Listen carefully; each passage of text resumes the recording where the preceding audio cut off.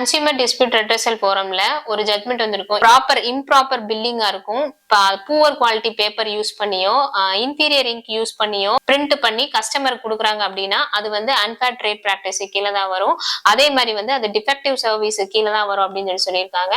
இங்க ஒரு பார்ட்டி வந்து ஹெச்பி லேப்டாப் வாங்கியிருப்பாங்க. 1 மந்த்துக்குள்ளேயே கீபோர்டு வந்து பிரச்சனையாகி சர்வீஸ் பண்ணி கொண்டு வந்திருப்பாங்க. அகைன் வந்து கம்ப்யூட்டர்ல பிரச்சனை, லேப்டாப்ல பிரச்சனையாகி அவரை சர்வீஸ் சென்டர் பார்க்கும்போது வந்து ரீப்ளேஸ்மெண்ட் தர முடியாது அப்படின்ற மாதிரி சொல்லியிருப்பாங்க. அதுக்கு வந்து அவர் கோர்ட் அப்ரோச் பண்ணியிருப்பாரு. கோர்ட்ல வந்து 1 lakh காம்பன்சேஷனும் plus hour travel expenses, அதே மாதிரி அவரோட ஒர்க்கை விட்டுட்டு இன்வெஸ்ட் சர்வீஸ்க்கு வந்ததுக்கு அதோட எக்ஸ்பென்சஸ் எல்லாம் சேர்த்து 1,20,000 வந்து காம்பன்சேஷனா கொடுத்திருப்பாங்க. கோர்ட் வந்து என்ன சொன்னாங்க அப்படின்னா கவர்மெண்ட்டும் சரி, பப்ளிக் அத்தாரிட்டிஸோ, பிரைவேட் கம்பெனிஸோ எல்லாரும் என்ன பண்ணணும் அப்படின்னா ப்ராப்பர் பில்லிங் பண்ணணும், இல்லைன்னா அது அன்ஃபேர் ட்ரேட் பிராக்டிஸ் கீழே வரும் அப்படின்னு சொல்லியிருப்பாங்க.